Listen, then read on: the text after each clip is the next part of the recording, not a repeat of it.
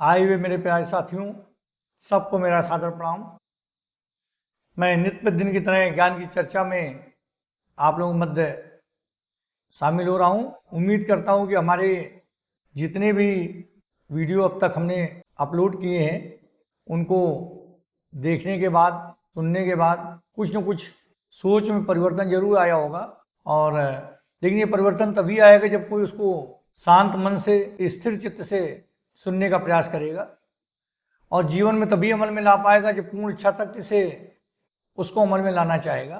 तो हमारा तो प्रयास यही रहता है कि हम अपने श्रोतागणों को, जो लोग हमको सुनते हैं, उनको हम एक जीने की नई राह, एक नई दिशा दिखा सकें और जीवन के उन पहलुओं पर जिसको लेकर सबके मन में संशय रहता है, उन संशयों को साफ कर सकें। क्योंकि जब तक प्रभु ने हमको ज्ञान नहीं दिया था तब तक हमारे मन में भी तरह तरह के विचार थे। ईश्वर होते हैं, नहीं होते, पुनर्जन्म है या नहीं है, क्या सही है क्या गलत है। तो ईश्वर होते हैं नहीं होते इसका प्रमाण किसी को दिया नहीं जा सकता। ये तो ईश्वर खुद दर्शन देकर इस शंका को दूर कर सकते हैं। इसके लिए कोई ऐसा प्रमाण नहीं जो हम आप लोगों के सामने दे सकें कि ईश्वर होते हैं। और ये तो वही व्यक्ति मान सकता है जिसको ईश्वर मिलेगा वो मानेगा है, जिसको नहीं मिलेगा नहीं मानेगा नहीं है। जैसे गौतम बुद्ध जी ने ईश्वर के स्वरूप को उस रूप में नहीं माना, उनको ईश्वर नहीं मिले। उनका कहना था जो चीज हमें दिखती है वही होती है। तो जिसको मिलते हैं वो मानता है कि है, जिसको नहीं मिलता वो मानता है नहीं है। लेकिन हम पूर्ण विश्वास से कह सकते हैं कि है, क्योंकि भाई हमारी मुलाकात हुई है तो हम ये बात कहते हैं। और ईश्वर का मिलने का जो उद्देश्य होता है या ईश्वर किसी से कब मिलते हैं ये भी निश्चित है कि जो व्यक्ति अपने सुख, अपने स्वार्थ के लिए नहीं बल्कि दूसरे लोगों के, आसपास बसे लोगों के लिए, समृद्धि के लिए प्रयास करता है और अपने साथ साथ और लोगों को भी जीवन सुखमय बनाना चाहता है, जिसके मन में कटुता की भावना नहीं होती, ईर्ष्या की भावना नहीं होती, प्रेम की भावना होती है। और जो सतमार्ग पर चलना चाहता है या चलता है और अच्छे कर्म करता है, अच्छे विचार रखता है, भले वो ईश्वर की पूजा ना करे, वो ईश्वर को ध्यान ना करे, लेकिन अगर अच्छाइयां हैं, अच्छे कर्म हैं, अच्छी सोच है, दूसरों की भलाई के लिए मन में इच्छा है और अपने साथ साथ सबका सुख चाहता है, सबकी समृद्धि चाहता है, तो ईश्वर को ध्यान करे न, ईश्वर को प्रार्थना करे न करे, ईश्वर का ध्यान करे न करे, ईश्वर खुद उसके पास चल के आते हैं। क्योंकि ऐसा हमारे साथ हुआ है, हम भी नास्तिक थे, नास्तिक थे आस्तिक ईश्वर ने खुद बनाया, दर्शन दे के बनाया, बात करके बनाया। तो हमारा मानना है कि ईश्वर है और ये पुनर्जन्म भी है। ये जन्म खत्म होगा, अगला जन्म शुरू हो जाएगा। आत्मा कपड़े की तरह एक शरीर बदलती है, दूसरा शरीर धारण कर लेती है, एक शरीर से निकलती है, दूसरा शरीर धारण कर लेती है। तो अगर कोई ये सोचता है कि इस जन्म में हम कुछ भी करें तो ये गलत सोचता है। जो करेगा इसको अगले जन्म में प्रारब्ध के रूप में उसको इसकी भरपाई तो करनी पड़ेगी। अच्छा करेगा तो, बुरा करेगा तो, जैसा कर्म करेगा वैसे फल पाएगा। इसलिए कहा गया है कि भाग्य का निर्माण भी कर्मों के आधार पर होता है। जिसके जैसे कर्म वैसे उसका भाग्य। भाई इस जन्म में हम जो करेंगे वो प्रारब्ध रूप में अगले जन्म हमारे साथ मिलेगा, हमें मिलेगा। और जो पिछले जन्म में किया था वो इस जन्म में मिल रहा है। इसलिए हर व्यक्ति को अपने जीवन में अच्छा से अच्छा करने का प्रयास करना चाहिए। हाथ जोड़ लेना, पूजा कर लेना, शीश नवा लेना, ये उतना महत्वपूर्ण नहीं है जितना अच्छे कर्म करना, धर्म के राह पर चलना, दूसरों के लिए अच्छा सोचना, सभी सुखी और संपन्न ये विचार रखना, ईर्ष्या न रखना, द्वेष न रखना, ये बहुत महत्वपूर्ण है। अब जो लोगों के मन में ये आता है कि दूसरे को तंत्र मन से या जादुई शक्तियों से परेशान करके और फिर वो ईश्वर की पूजा करे और सोचे ईश्वर उसको मिल जाए या ईश्वर उसका भला करें, तो ऐसा संभव नहीं है। अगर हम किसी के लिए बुरा सोचेंगे, किसी के ऊपर ये तंत्र मंत्र शक्तियों का इस्तेमाल करेंगे, तो ये ऐसा नहीं कि सिर्फ उसको ही नुकसान करेंगे, इसका नुकसान हमको भी मिलेगा। ये मन का भ्रम है कि अगले का नुकसान होता तो हमारा नुकसान नहीं होता। अगर हम विचार रखते हैं अगले का नुकसान करने में तो उसका नुकसान हमें भी मिलता है। तो अगर लोग ये सोचें कि हम दूसरे को नुकसान करके और भगवान की पूजा करके भगवान को प्राप्त कर लें, तो ये महज एक भ्रम है। ईश्वर अच्छे कर्म, धर्म पर चलने वाले लोगों के लिए हर समय तैयार रहते हैं। एक कदम ऐसे लोग बढ़ाते हैं तो 2 कदम ईश्वर चल के आते हैं। ईश्वर को लड्डू नहीं चाहिए, भोग नहीं चाहिए, पूजा पाठ नहीं चाहिए। जो करते हैं अच्छी बात है, नहीं करते वो भी अच्छी बात है। उनको केवल चाहिए तो क्या चाहिए? सेवा भावना, सच्ची आस्था। तो हम लोगों को चाहिए कि हम लोग अच्छे कर्म करें, अच्छी सोच रखें, दूसरों के लिए अच्छा सोचें, अपने समाज के लिए अच्छा सोचें। और हर व्यक्ति को अपने जीवन के बारे में अपने कर्म पथ पर अकेले ही चलना पड़ता है। क्या करना है इसका फैसला उस व्यक्ति को खुद ही करना पड़ता है। इसका फैसला न गुरु करते हैं और न प्रभु करते हैं। कौन क्या करेगा इसका फैसला व्यक्ति को खुद करना पड़ता है। जैसे हिरण्यकश्यप के जो भक्त प्रहलाद थे, उनके गुरु ने यही समझाया था कि हिरण्यकश्यप को भगवान मानो, लेकिन भक्त प्रहलाद ने तो भगवान नहीं माना। तो ये क्या था? उनका अपना विवेक था, उन्होंने गुरु की बात नहीं मानी। तो ये हर व्यक्ति का अपना विवेक होता है कि वो क्या माने और क्या ना माने। यह बहुत महत्वपूर्ण विषय है कि हमको अपने जीवन में क्या करना चाहिए, क्या नहीं करना चाहिए, इसका फैसला सिर्फ हम करेंगे, दूसरा कोई नहीं करेगा। और इसके जिम्मेदार भी केवल हम होंगे, दूसरा नहीं होगा। ये कह देना कि गुरु ने शिक्षा दी या माता पिता ने नहीं दिया, और इसलिए तो ऐसा नहीं है। जिसको जो करना होता है वो अपने विवेक से उसको करना चाहिए, और अपने कर्मों का खुद व्यक्ति खुद जिम्मेदार होता है, कोई और नहीं। खुद व्यक्ति अपने आप में जिम्मेदार होता है। ईश्वर ने इंसान को सब कुछ दिया, ज्ञान दिया, धर्म धर्म का ज्ञान दिया, सत्य सत्य, न्याय अन्याय, धर्म अधर्म, शुभ अशुभ, पाप पुण्य, सबके बारे में सब कुछ ज्ञान दिया। लेकिन फिर भी व्यक्ति गलती करता है। क्यों? जब उसको शक्तियां मिलती हैं तो अहंकार मन में आ जाता है, और जब अहंकार मन में आ जाता है तो अहंकार से क्या होता है? वो वैसे ही अहंकार जाल में फंस जाता है, जैसे पक्षी बहेलिया के बिछाए हुए जाल में फंस जाता है। जब अहंकार मन में आ जाता है तो उसी तरह फंसता है अहंकार जाल में, जैसे पक्षी बहेलिया के जाल में फंस जाता है। दीपक सारे संसार के अंधेरे को दूर कर देता है, लेकिन अपने नीचे के अंधेरे को दूर नहीं कर पाता। तो मनुष्य को जब सब कुछ मिल जाता है, वो सर्वशक्तिमान हो जाता है, ईश्वर से वरदान प्राप्त कर लेता है, तो क्या होता है? उसके मन में अहंकार हो जाता है। उसको लगने लगता है कि जो शक्तियां हमारे पास हैं, ये शक्तियां और किसी के पास है ही नहीं। और यहीं पर भूल कर जाता है, यहीं पर भूल कर देता है। उसके मन में अहंकार का जो कीड़ा आता है उसके पतन का कारण बनता है। और जब अहंकार अत्याचार में बदल जाता है तो क्या होता है?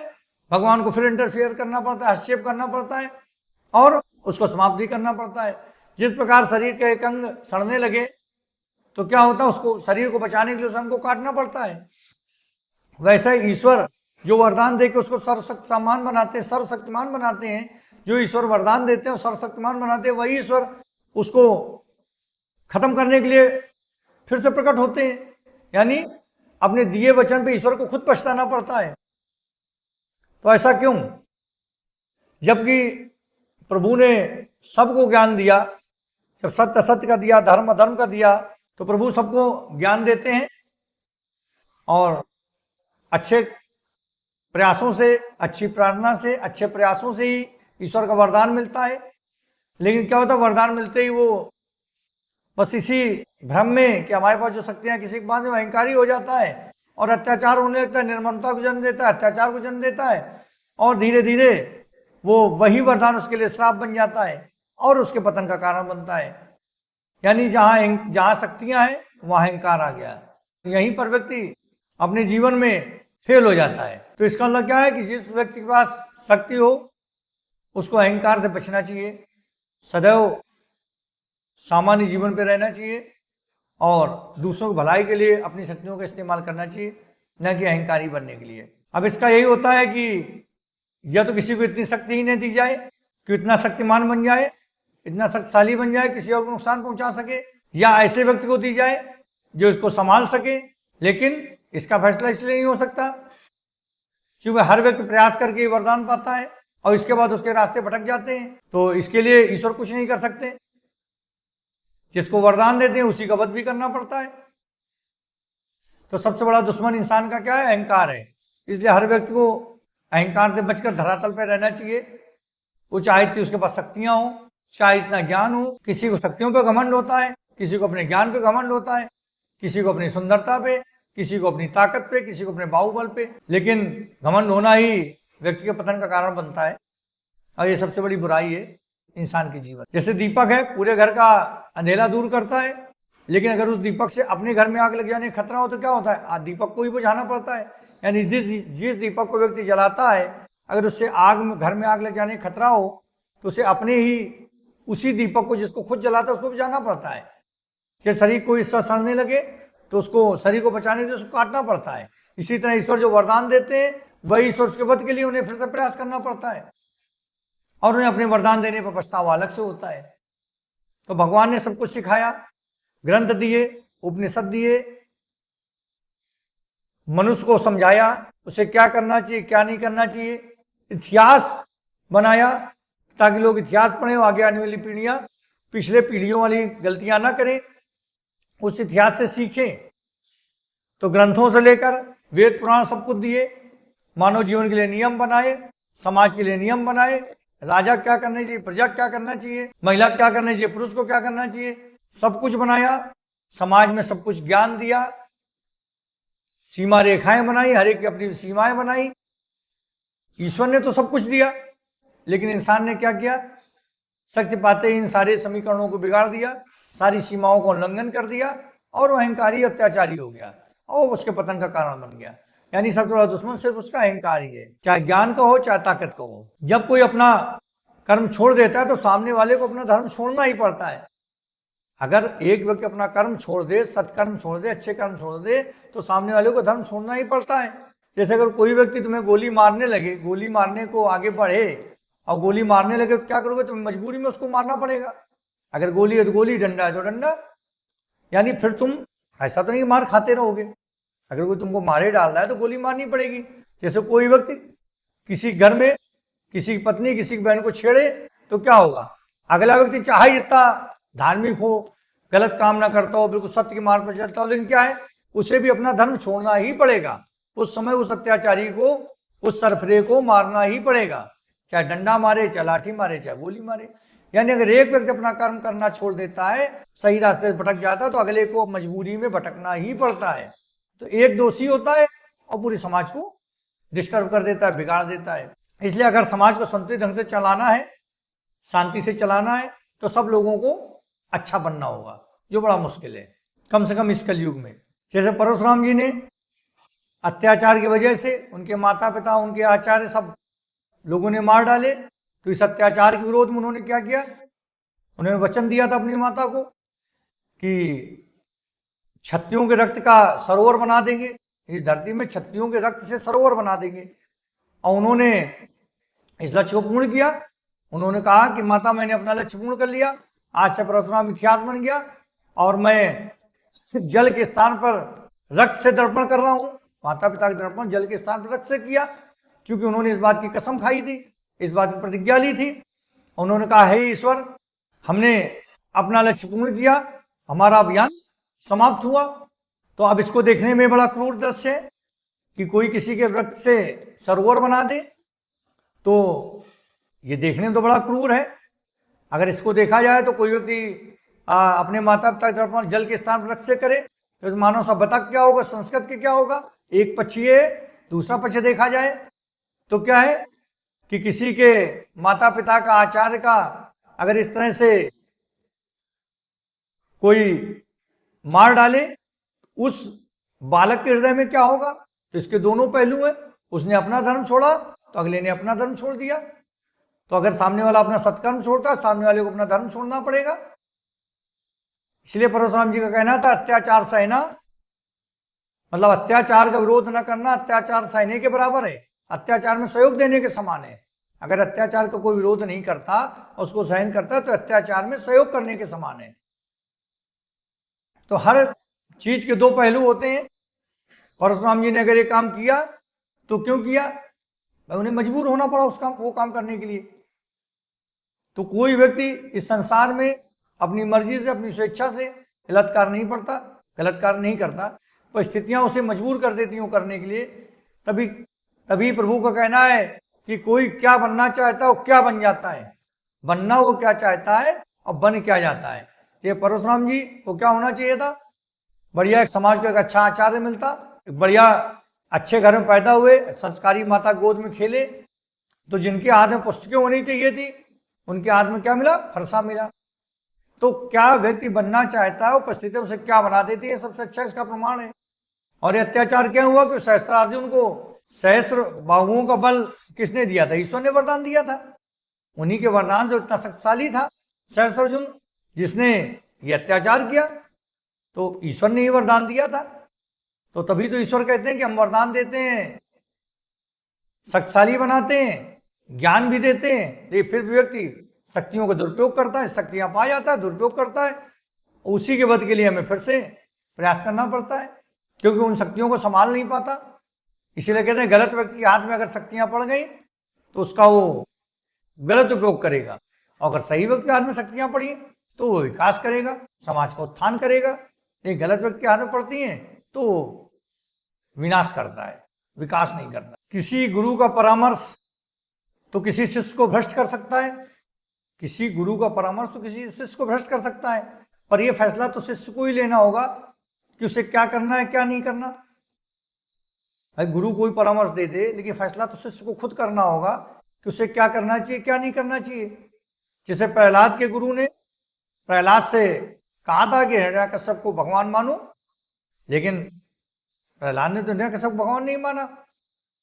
तो अगर कोई गुरु शिष्य को परामर्श देता है तो शिष्य जो करेगा उसका जिम्मेदार तो शिष्य खुद होगा, गुरु नहीं होगा, खुद शिष्य होगा, क्योंकि फैसला शिष्य को करना होगा वो क्या करना है क्या नहीं करना।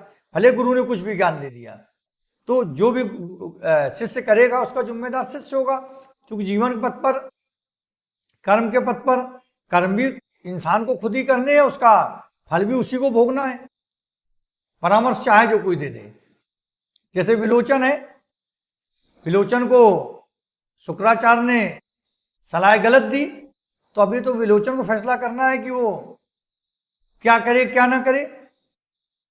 भाई अगर शुक्राचार्य का गलत ज्ञान है तो उसकी नसों में भक्त प्रहलाद का खून भी तो है, ये तो उसी तय करना है कि कब गुरु के ज्ञान के हिसाब से चलना है और कब अपने खून का रंग दिखाना है। भाई किसी का गलत परामर्श, गुरु का गलत परामर्श हो सकता है, लेकिन उसकी नसों में खून भी तो किसी का होता है, हर व्यक्ति के शरीर में। तो ये व्यक्ति को खुद डिसाइड करना होता है कि गुरु के ज्ञान से ही चलना है, या अगर नहीं सही लग रहा तो अपने शरीर में जो, अपनी नसों में जो खून बह रहा है उसको भी तो, उसके रंग को भी तो देखना है कि हमें कब क्या करना है क्या नहीं करना। यानी कि गुरु अगर गलत ज्ञान दे दे तो हम गुरु को दोष दे दें, ये गलत है। दोष शिष्य का ही माना जाएगा, भले गुरु गलत ध्यान दे रहा हो। अगर शिष्य गलत कार्य करेगा तो भले गुरु की गलत सलाह हो, लेकिन गलत तो गुरु को माना जाएगा, उसकी जिम्मेदारी गुरु शिष्य की ही होगी। भले गुरु ने गलत ज्ञान दिया, लेकिन शिष्य गलत करेगा तो जिम्मेदारी शिष्य की होगी, क्योंकि गुरु ने गलत ज्ञान दिया, इसकी विवेचना तो शिष्य को करनी है, और उसके अपने शरीर में बहने वाले खून को करनी है कि कब उसे अपने खून का रंग दिखाना है। और फल भी कर्मों के अनुसार निर्धारित होता है, इसमें भी ईश्वर को कोई इंटरफियर नहीं, ईश्वर कोई हस्तक्षेप नहीं, जैसे कर्म वैसे फल। राजा केवल अपने पुत्र का पिता नहीं होता, अपितु पूरे राज्य का पिता होता है। राजा केवल अपने पुत्र का पिता नहीं होता, अपितु क्या है, पूरे राज्य का पिता होता है। राजा की अपनी संतान केवल अपनी नहीं होती, राज्य की सारी संतानें उसकी अपनी संतानें होती हैं। इसलिए केवल अपने पुत्र की रक्षा उसका धर्म नहीं होता, सारे संसार, सारे राज्य के लोगों की रक्षा करना उसका धर्म होता है। राजा ईश्वर का प्रतिबिंब होता है। जैसे ईश्वर समस्त संसार की रक्षा करते हैं, वैसे राजा को अपने राज्य की रक्षा करनी चाहिए, और राज्य की रक्षा की जिम्मेदारी राजा की होती है, जैसे ईश्वर की समस्त संसार की रक्षा करने की जिम्मेदारी होती है।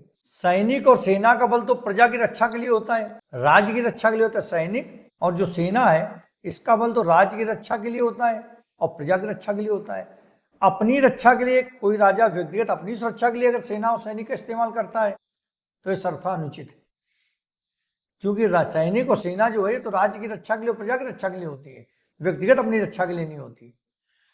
जिस प्रकार ईश्वर सारे समस्त संसार की रक्षा करते हैं, समस्त संसार का पेट भरते हैं, समस्त संसार की रक्षा करते हैं, वैसे राजा की जिम्मेदारी होती है समस्त राज्य की सुरक्षा करना। तो मित्रों, आज की ज्ञान की पाठशाला हम यहीं समाप्त करेंगे। उम्मीद करते हैं कि आज हमने जिन विषयों पर बात की काफी महत्वपूर्ण विषय थे, और हम जो समझाने का प्रयास कर रहे हैं, बताने का प्रयास कर रहे हैं, कहने का प्रयास कर रहे हैं, अगर वो चीजें हमारे श्रोता सुनेंगे तो उम्मीद करते हैं उनकी सोच बदलेगी और समझ पाएंगे कि व्यक्ति के पास असीमित शक्तियां होने के बाद, असीमित धन होने के बाद, असीमित ताकत होने के बाद वो औंधे मुंह क्यों गिर जाता है, उसका पतन क्यों हो जाता है, बहुत तेजी से आगे बढ़ता है लेकिन एकदम पतन पे क्यों आ जाता है।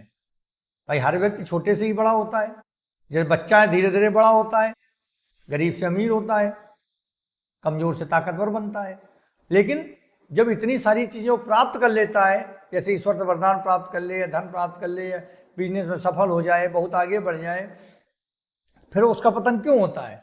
उसका पतन कराता है उसका अहंकार, उसका घमंड, ये सोचने की इच्छा कि सामने वाले के पास वो ताकत नहीं है, चाहे ज्ञान का हो, चाहे सामने वाले बुद्धि नहीं है, सामने वाले पास धन नहीं है, सामने वाले पास ताकत नहीं है जो हमारे पास है। ये सोच जब आ जाती है तो ये उसके पतन कारण बनती है। तो मित्रों, उम्मीद करते हैं आज इस वीडियो के माध्यम से हम अपनी बात अच्छे ढंग से आप लोग समझाने में सफल रहे होंगे। और इतना अनुरोध है कि हमारे वीडियो के एकांत में शांत मन से बैठकर 1 बार 2 बार 3 बार जरूर सुनना, और आशा करते हैं कि हमारी मेहनत सफल रहेगी और जो ज्ञान ईश्वर ने हमको दिया और उस ज्ञान को फैलाने की जिम्मेदारी जो हमारे कंधों पे ईश्वर ने डाली है उसको हम पूरी ईमानदारी से पूर्ण कर रहे हैं, इस काम करने की भावना से कर रहे हैं, करते रहेंगे। इसी के साथ आज ज्ञान पाठशाला समाप्त करते हैं। अगले दिन फिर आप लोगों से मुलाकात होगी, तब तक के लिए नमस्कार। ओम नमः शिवाय। जय बोल।